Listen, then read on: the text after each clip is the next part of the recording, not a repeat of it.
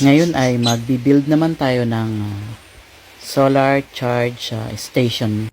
Kailangan syempre natin ng solar charge controller, buck converter na mayroong 4 na USB port, tapos 12 volts na battery. Kahit lumang battery, pwede na yan. Basta gumagana pa yung battery natin. Then, i-screw muna ngayon natin ng ating solar charge controller para hindi siya naggagalaw-galaw habang isineset up natin ang ating mga unit. Kahit dalawang screw lang muna para sa ating testing. Kumpletuhin na lang nyo pagka okay na yung ating setup. Tapos i-screw na rin natin ang ating buck converter para hindi siya nagagalaw-galaw din habang tayo ay gumagawa ng mga connection.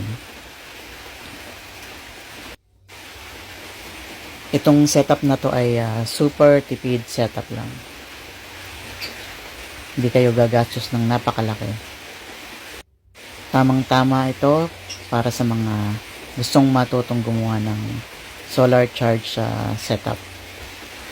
Kailangan din natin ng DC plug. May mga nabibiling DC plug na ganyan. Pwede rin naman kayong gumamit ng lumang plug. Kung meron kayong mga sirang adapter, pwede nyo gamitin yan. Basta double check nyo lang lagi yung wiring nya. Kasi minsan baliktad yung pagkabaligtad yung maikabit nyo, syempre baliktad din magiging output nung power nya, lalo na't naka DC setup tayo. So after nyong i-connect sa SCC, pwede nyo na siyang i-plug ngayon sa ating buck converter. So kung makikita nyo, i-connecta natin siya sa kanyang load side ng SCC para just in case na gusto nyo siyang i-on or off, pwede nyo siyang i-control sa kanyang push button switch. So i-connect na natin ngayon yung battery. Itong battery na to ay pinagpalitan ko galing sa aming motor. 3.5 AH lang to, pero gumagana pa rin naman siya, kaya okay na okay pa rin siyang gamitin kasi masusuportahan naman siya ng solar panel habang ginagamit mong pang charge ng ating mga cellphone or anumang pwede mong i-charge dyan sa ating buck converter. So yan, makikita nyo umilaw na yung ating buck converter kasi nakumpleto na niya yung supply ng voltage. Nakakonect na kasi yung battery.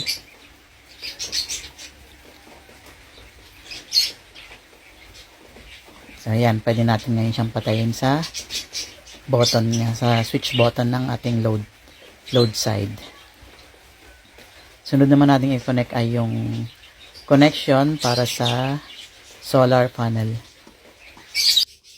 Ginamitan ko lang din siya ng DC plug kasi yung solar panel natin ay merong male connection na DC plug also. So ganun pa rin naman yung connection. Connect lang yung sa positive at yung sa negative. Basta double check lang lagi para hindi magkabali-baligtad yung ating connection. Napaka-importante kasi nun para hindi masira ang ating unit. So ayan, okay na siya, nakakabit na. Kunin ngayon natin yung plug para sa ating solar. Yan yung plug natin para sa ating solar. May nabibili ng ganyang solar panel na ganyan yung pangsaksak niya. lalo na't mga mabababa lang naman yung amperahe ng ating gagamitin. So ayan, working na siya. Nagcha-charge na siya gamit ang ating solar panel papunta sa ating battery. Itatry naman natin ngayon kung gagana ba talaga ang ating solar charge sa setup. Kulang tayo ng charging cable. Tapos i-try natin isaksak yung ating cellphone kung magcha-charge talaga siya. Try natin dito sa unang port ng ating buck converter. So, ayan. Working siya. Nagcha-charge siya. It means successful yung ating setup.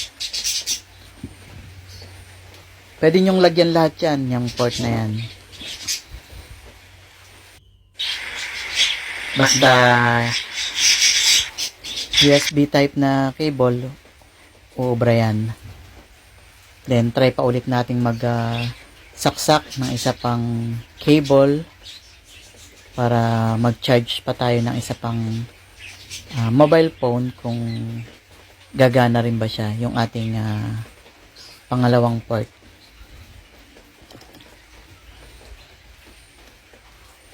So, ayan, i-test ngayon natin. Kunin ko lang yung cable at isaksak natin ngayon sa pangalawang port niya.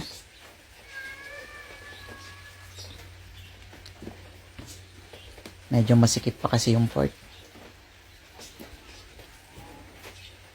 Yung unang cable na ginamit ko ay may micro USB, then Type-C naman tong sumunod.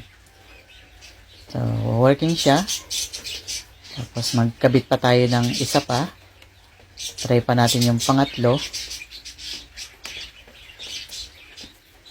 Ang isasaksak naman natin ngayon dito ay ang mini portable fan.